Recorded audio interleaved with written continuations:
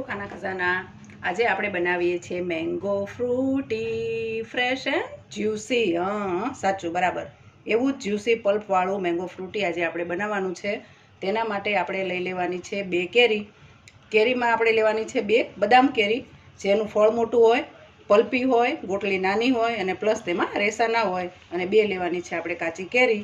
એકદમ સરસ મજાનું ફ્રૂટી ઘરે બનાવશું। તેમાં નથી વધારાનું સુગર કે નથી કોઈ આર્ટિફિશિયલ કલર અને નથી આપણે નાખવાનું કોઈ પ્રિઝર્વેટિવ, છતાં પણ સ્વાદમાં બહાર કરતાં પણ સારું અને વધારે ગુણવત્તાયુક્ત ફ્રૂટી મન ભરીને પીવો અને છોકરાઓને બાળકોને પીવડાવો અને સરસ મજાનું કોઈ પ્રોબ્લેમ નથી। કોઈ ડર રાખ્યા વિના આપણે બેઝિઝક પી શકીએ। મહેમાન આવશે તો પણ તે તમારી તારીફ કરવાનું ચૂકશે નહીં, તે મારી ગેરંટી। ચાલો હવે બનાવીએ આપણે સરસ મજાની મેંગો ફ્રૂટી। હવે ફ્રૂટી બનાવવા માટે આપણે જે કાચી અને પાકી કેરી લીધી છે, 1 કિલો કેરી લઈ લેવાની છે। 500 ગ્રામ પાકી કેરી, 500 ગ્રામ કાચી કેરી। હવે આપણે બંને કેરીને સુધારી અને નાના નાના ટુકડા કરી લઈશું। તેની છાલ કાઢી અને નાના નાના ટુકડા કરી લેવાના છે। કાચી અને પાકી એમ આપણે બંને કેરી સુધારી લીધી છે। પાકી કેરીના થોડા આપણે મોટા ટુકડા રાખ્યા છે અને નાની કેરીના પાતળા, કાચી કેરીના નાના અને પાતળા ટુકડા રાખ્યા છે, જેથી બધું એકસાથે ચડી જાય। હવે આપણે ગેસ ચાલુ કરી દેવાનું છે। હવે આપણે એક તપેલી લઈ લેવાની છે, જેમાં બધી કેરીને ટ્રાન્સફર કરી દઈશું અને 1 લીટર પાણી લેવાનું છે। તેમાં પાણી એડ કરી દઈશું અને 500 ગ્રામ આપણે ખાંડ લીધી છે, તે ખાંડ એડ કરી દઈશું। 1 લીટર પાણીમાંથી આપણે થોડું પાણી રાખીએ છીએ, બાકીનું પાણી એડ કરી દઈએ છીએ અને જ્યાં સુધી કેરી એકદમ હાથથી આપણે દબાવીએ અને ગળી જાય ત્યાં સુધી તેને કૂક થવા દેવાની છે। હવે આપણે ઢાંકીને તેને કૂક થવા દઈશું ટોટલ 15 થી 20 મિનિટ સુધી। 15 થી 20 મિનિટ થઈ ગઈ છે। હવે આપણે કેરીને જરાક ચેક કરી લઈશું। પાકી કેરી તો ગળી જ જાય, ટાઈમ લાગે થોડી કાચી કેરીને ગળવાતા માટે। હવે જોઈ લઈએ આપણે।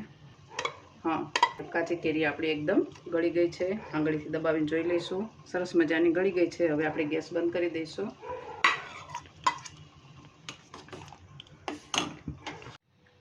ગેસ બંધ કર્યા પછી આપણે હવે ધીરે ધીરે ગાળી લઈશું।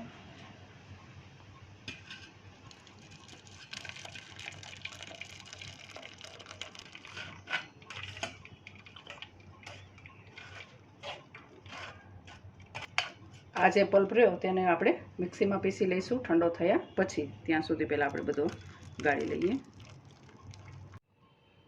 જ્યુસને આપણે ગાળી લીધું છે, ટોટલ પલ્પ આટલો નીકળ્યો છે। એકદમ ઠંડો થઈ ગયા પછી મિક્સીમાં પીસી લઈશું અને તેને પણ ભેળવી દઈશું અને પછી એક વખત ગાળી લઈશું, એટલે આપણી ફ્રૂટી તૈયાર। ત્યાં સુધી આપણે પલ્પને ઠંડો થવા દઈએ। પલ્પ આપણો ઠંડો થઈ ગયો છે। હવે આપણે તેને મિક્સીના જારમાં લઈ અને પીસી લઈએ। તેમાં પણ થોડું પાણી એડ કરી દઈએ અને પીસી લઈએ।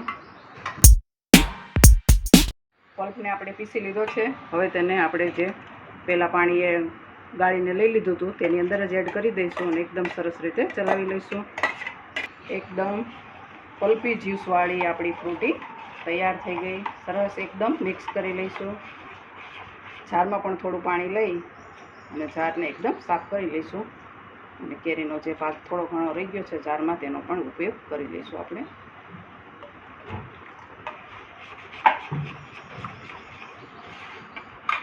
હવે આપણે બિસ્કટથી તેને ચલાવી લઈશું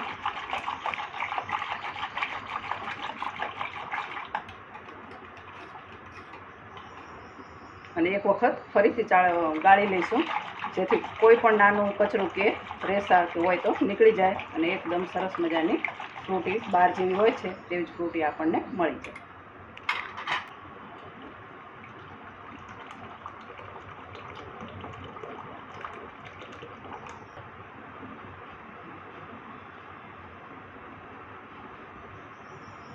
તો તૈયાર છે આપણું મેંગોનું પલ્પી જ્યુસ। એકદમ સરસ મેંગો ફ્રૂટી। એકદમ તેને ઠંડી થવા દો અને પછી જરૂર હોય તો આઈસના ટુકડા નાખીને પણ પી શકાય। અને નહીંતર બોટલમાં ભરી અને તેને તમે સ્ટોર કરી શકો છો. કોઈ પણ માઝાની કે થમ્સઅપની બોટલ હોય ખાલી, તેમાં તેને આપણે સ્ટોર કરી શકીએ છીએ અને જ્યારે પણ મન થાય ત્યારે પી શકાય છે. હવે આપણે તેને સર્વ કરીએ.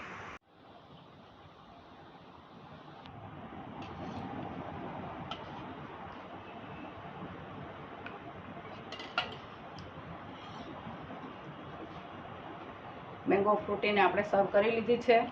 તમને તેનો કલર થોડોક લાઇટ લાગતો હશે, પણ તે કેરી ઉપર ડિપેન્ડ કરે છે, કેરીના કલર ઉપર. પણ સ્વાદમાં તો એટલી જ લાજવાબ અને સરસ મજાની આપણી મેંગો ફ્રૂટી તૈયાર થઈ ગઈ છે. તમે પણ આવી જ રીતે સાવ આસાનીથી મેંગો ફ્રૂટી બનાવજો. વિડીયો ગમ્યો હોય તો લાઇક કરજો, શેર કરજો અને ચેનલને હજી સુધી જો સબસ્ક્રાઈબ ન કરી હોય તો પ્લીઝ સબસ્ક્રાઈબ કરજો.